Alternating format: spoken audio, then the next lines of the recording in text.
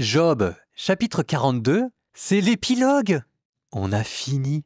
Mais avouez quand même que c'était une sacrée aventure.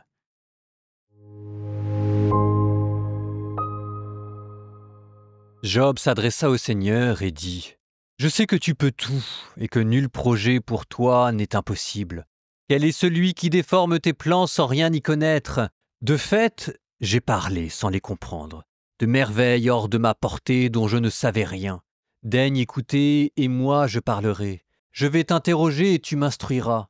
C'est par ouï-dire que je te connaissais, mais maintenant mes yeux t'ont vu. C'est pourquoi je me rétracte et me repens sur la poussière et sur la cendre. » Or, après avoir adressé ces discours à Job, le Seigneur dit à Eliphaz de Théman, « Ma colère s'est enflammée contre toi et contre tes deux amis, parce que vous n'avez pas parlé de moi avec justesse, comme l'a fait mon serviteur Job.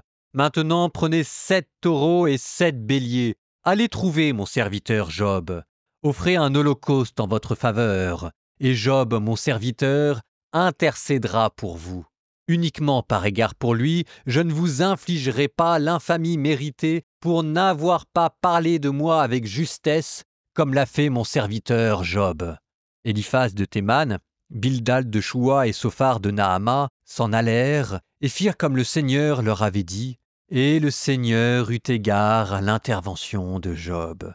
Le Seigneur rétablit la condition de Job, tandis qu'il intercédait pour son prochain, et le Seigneur porta au double tous les biens de Job. Tous ses frères, toutes ses sœurs et toutes ses connaissances d'autrefois vinrent à lui. Ils mangèrent le pain avec lui dans sa maison. Ils le plaignirent et le consolèrent de tout le malheur que le Seigneur avait fait venir sur lui.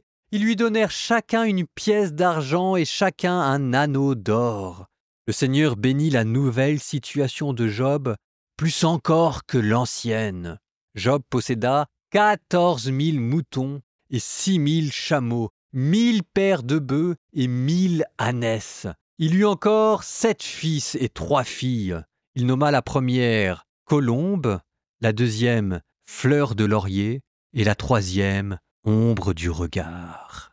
On ne trouvait pas dans tout le pays de femmes aussi belles que les filles de Job, et leur père leur donna une part d'héritage avec leurs frères.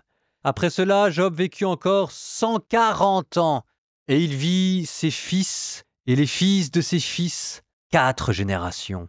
Et Job mourut, âgé, rassasié de jours.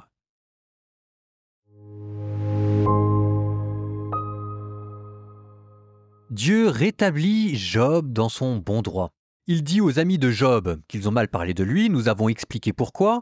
Il dit aussi que Job maintenant a obtenu une qualité d'intercesseur, parce qu'il a tenu le bon combat, même si on l'a vu encore, tout n'était pas parfait, mais quand même, il a tenu le bon combat, il n'a pas craqué, il a voulu dire que Dieu, ça voulait dire quelque chose. À travers la souffrance, il a acquis une valeur d'intercesseur, il devient source de bénédiction pour ses proches. Il a plein de fils, il a plein de filles avec des noms pittoresques, l'une qui s'appelle Tourterelle, l'autre Cannelle et l'autre Corne à Côle, le côle étant le phare des Bédouines. La vie de Job atteint 140 ans, ce qui dépasse la limite fixée par Dieu à 120 ans. C'est vous dire la qualité de Job et comment est-ce que Dieu l'a récompensé à hauteur du combat qu'il a mené. Le reste appartient à l'histoire, parce que nous avons vu des petites imperfections dans le discours de Job.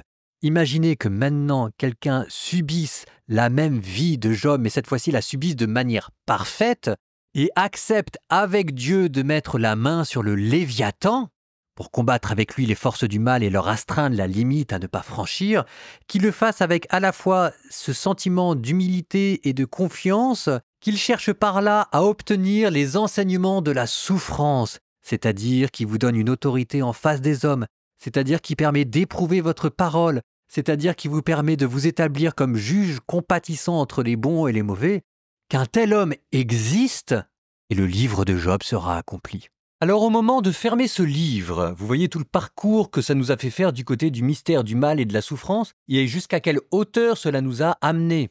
Néanmoins, on reste dans l'Ancien Testament, donc tout n'est pas encore dit.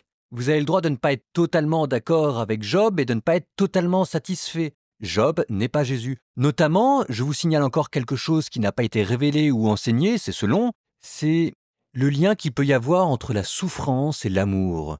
Ce que Jésus va rajouter en plus dans le livre de Job, c'est qu'il va montrer comment la souffrance peut devenir l'expression de l'amour, d'un amour qui aime Dieu et qui aime son prochain jusqu'à offrir sa vie, et que quand on voit quelqu'un souffrir pour vous, vous avez la certitude de la pureté de son amour. C'est cette dimension de miséricorde, de compassion, de charité, de tendresse, d'amour tout simplement, qui peut être exprimée au cœur de la souffrance. Ça, c'est ce que va apporter Jésus en plus, le Job par excellence. Prions. Au nom du Père et du Fils et du Saint-Esprit. Seigneur Tout-Puissant, toi qui as façonné l'univers et qui détiens la force sur toute créature, je viens humblement à toi, cherchant ton aide et ta présence dans le combat que je mène à tes côtés contre le Léviathan. Ce monstre qui semble invincible à mes yeux, cette épreuve qui dépasse mes forces, je te demande de me donner la force et le courage pour avancer malgré tout.